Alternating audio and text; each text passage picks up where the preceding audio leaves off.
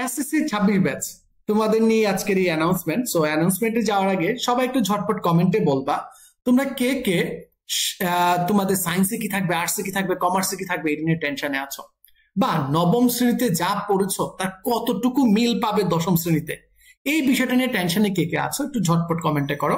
প্রয়োজনে তুমি ভিডিওটা 15 সেকেন্ডের জন্য পজ দাও, পজ দিয়ে তুমি একটু আমাকে ঝটপট কমেন্টে বলো তো ভাইয়া যে তুমি কতটুকু টেনশনে আছো এই শর্ট সিলেবাস নিয়ে। অর্থাৎ যারা নবম শ্রেণী থেকে দশম শ্রেণীতে উঠবে, যারা নবম শ্রেণী থেকে দশম শ্রেণীতে উঠবে তারা কে কেমন বেশি টেনশনে আছো, তোমরা কেমন টেনশন আছো ততক্ষণে জানাই দিচ্ছ।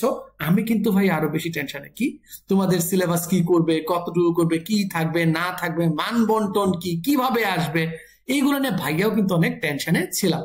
তো সকল টেনশনের অবসান ঘটিয়ে তোমাদের যে সংক্ষিপ্ত পরিমার্জিত যে সিলেবাসটা আছে সেই সিলেবাসটা প্রকাশিত হয়েছে। দেখো ভাইয়া 2026 সালে এসএসসি ও সমমানের পরীক্ষার জন্য পুনর্বিন্যাসকৃত পাঠ্যসূচি, 26 সালে প্রশ্নের ধরন, মান বন্টন এবং ষষ্ঠ থেকে নবম শ্রেণীর বিষয় কাঠামো এবং বিষয়ভিত্তিক নম্বর যে আছে মূল্যায়নের নম্বরটা তোমাদের প্রকাশ করেছে। সো এখান থেকে 3টা পয়েন্টার নিয়ে আমরা আজকে প্রথমেই কথাবার্তাটা বলবো, ঠিক আছে? তো প্রথমে আসো যে 26-এর প্রশ্ন কাঠামোটা কেমন হচ্ছে সেটা নিয়ে একটু কথাবার্তা বলি। 26-এর প্রশ্ন কাঠামো এবং পাঠ্যসূচির যে পার্ট আছে সেটা কেমন হচ্ছে সেটা নিয়ে কথাবার্তা বলি। তো সবাইকে যদি একটু দেখাই, তোমরা দেখতে পাচ্ছ 2026 সালের, আমি যদি একটু হাইলাইটারটা নিয়ে নিই, 2026 সালের এসএসসি পরীক্ষায় পুনর্বিন্যাসকৃত পাঠ্যসূচি। প্রথমে উচ্চতর গণিত আছে, দেন দেখো আমি তোমাদের জন্য বায়োলজি এনেছি, দেন তোমাদের জন্য ফিজিক্স এনেছি, দেন তোমাদের জন্য একে একে যাব হচ্ছে গণিতে, কেমিস্ট্রিতে, এবং তোমাদের পর্যায়ক্রমিক সবগুলা মার্ক ডিস্ট্রিবিউশন কেমন হবে সেটাতেও আমরা চলে যাব।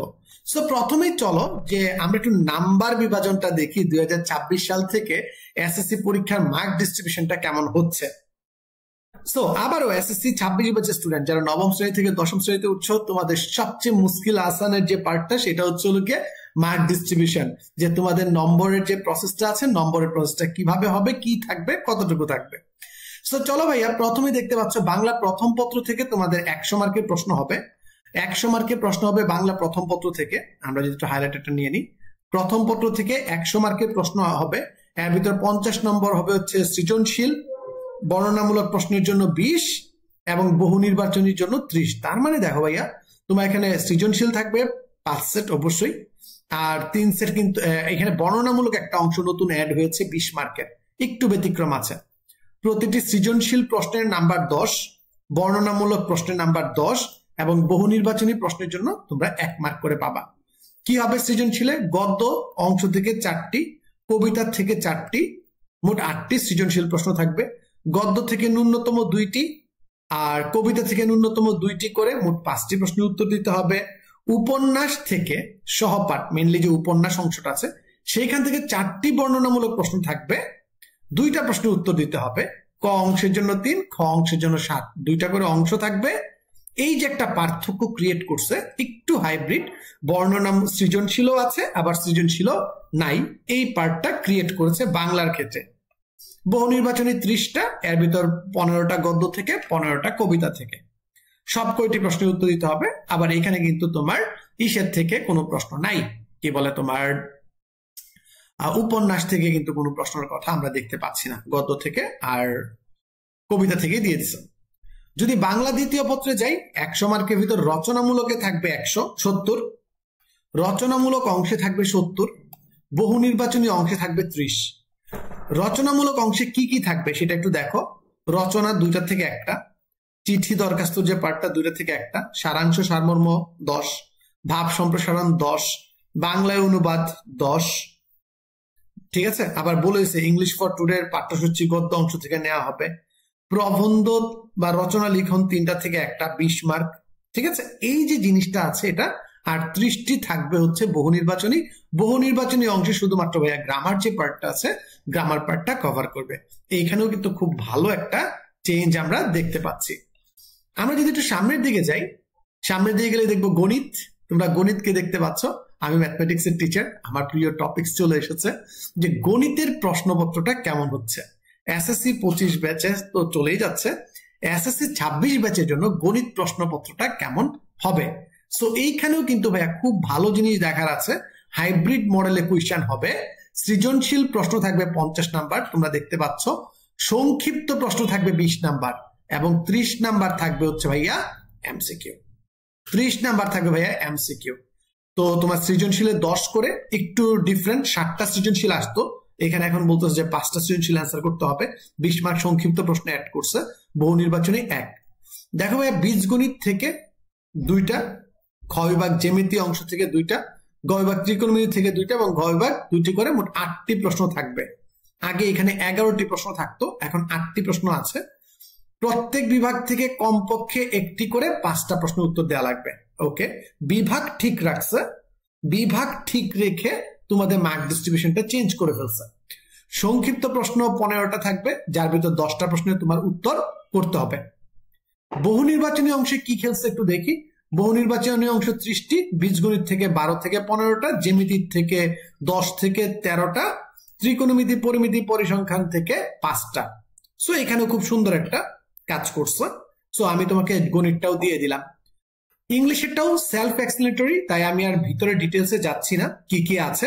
অনেকটা তোমরা যেইভাবে নতুন মূল্যায়ন পরীক্ষাটা দিয়েছ, নিউ যে মূল্যায়ন পরীক্ষাটা দিয়েছ সেটার মতোই আমি তোমাদের ভিডিও শেষে এটা অ্যাড করে দিব। সবাই কিন্তু একটু সেখান থেকে পড়ে নিবা, ঠিক আছে? ইংলিশ দ্বিতীয় পত্রটাও তোমরা একটু দেখে নিবা, সমাজটাও দেখে নিবা। আমি একদম চলে যাই একটু হায়ার ম্যাথে কি কি চেঞ্জ আসছে। আমি ভালো বলতে পারবো কারণ এই দুইটাতে আমার এক্সপার্টাইজ আছে। ফিজিক্সের জন্য সেম কাজ করছে, 4টা সৃজনশীল, মার্ক ডিস্ট্রিবিউশন চেঞ্জ করে ফেলছে। হ্যাঁ, একটু দেখো ভালো করে মনোযোগ দিয়ে। সায়েন্সের পদার্থবিজ্ঞান এসএসসি 26-এর মার্ক ডিস্ট্রিবিউশন কিন্তু আর আগের মতো নাই, একটু পরিবর্তন আসছে। চলো দেখে নি পরিবর্তনগুলো কি। মার্ক ডিস্ট্রিবিউশন 75-25 ঠিক আছে, কিন্তু থিওরি পার্ট, যেটা থিওরি পার্টে ঝামেলা করছে, সৃজনশীল 4টা অ্যান্সার করতে হবে আর সংক্ষিপ্ত প্রশ্ন 10 অ্যাড করছে, এমসিকিউ 25। তার মানে একটা সৃজনশীলের পরিবর্তে সংক্ষিপ্ত প্রশ্ন অ্যাড করছে 10টা। এটা হচ্ছে নতুন পরিবর্তন। সৃজনশীল আছে আর সংক্ষিপ্ত প্রশ্নের জন্য 2 করে মার্ক। 7টা সৃজনশীল থাকবে, 4টা অ্যান্সার করতে হবে। 7টা সংক্ষিপ্ত প্রশ্ন থাকবে, সেখান থেকে 5টা উত্তর করতে হবে। এই হচ্ছে ফিজিক্স, ফিজিক্সের চেঞ্জ, কেমিস্ট্রির চেঞ্জ। দেখো ভাইয়া, ফিজিক্স, কেমিস্ট্রি, বায়োলজি, সায়েন্সের যে গুরুত্বপূর্ণ আর যে সাবজেক্ট গুলো আছে সবগুলোতেও কিন্তু তোমার এই চেঞ্জটা চলে আসতেছে ভাইয়া। সো সবাই একটু ভালো করে দেখো, 4টা করে সিকিউ থাকবে, 1টা করে সংক্ষিপ্ত উত্তর থাকবে, বহু নির্বাচনী অংশ থাকবে। সৃজনশীলের মার্ক 10, সংক্ষিপ্ত প্রশ্নের মার্ক হচ্ছে 2 এবং প্রতিটি বহু নির্বাচনী অংশ থেকে 1 মার্ক করে থাকবে। শুধু এখানে হায়ার ম্যাথটা একটু রাখা নাই। চলো একটু ভাইয়া দেখি হায়ার ম্যাথের মার্ক ডিস্ট্রিবিউশনটা কেমন হয়েছে।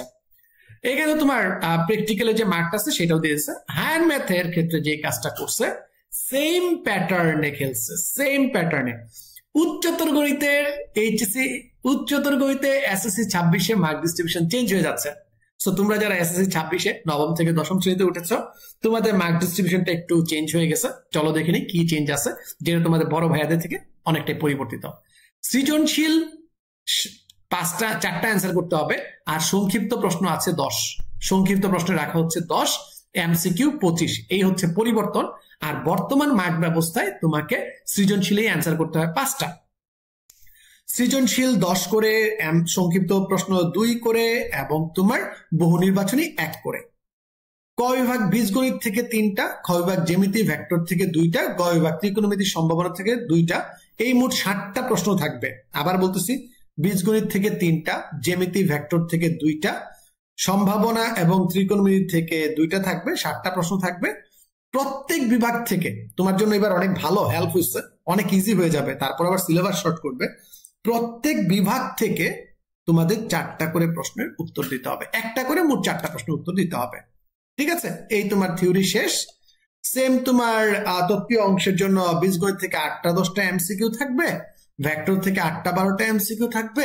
এই করে তোমার 25টা এমসিকিউ কমপ্লিট হবে। ঠিক আছে, সো এই ছিল মোটামুটি মার্কস ডিস্ট্রিবিউশন। আমি এই ভিডিওর শেষেই কমেন্ট সেগমেন্টে এই ফাইলটাই দিয়ে রাখবো, যাতে তোমরা যে কোনো সময় দেখতে পারো এবং প্র্যাকটিস গুলা করে নিতে পারো, নিজেদের জন্য প্রস্তুতি নিতে পারো। আর যারা এসএসসি 26-এর স্টুডেন্ট আছো, এখনো আমার সাথে অ্যাড হও নাই, দ্রুত যুক্ত হয়ে যাও। আমি ভাইয়া আছি তোমাদের সাথে। এর পরবর্তী অংশে আমরা আলোচনা করব যে সাধারণ গণিতের পরিবর্তিত সিলেবাসটা কেমন হয়েছে এবং তোমরা কমেন্টে জানাবা এর পরের কোন সিলেবাসটা আমি অ্যানালাইসিস করব যেটা তোমাদের জন্য হেল্প হয়।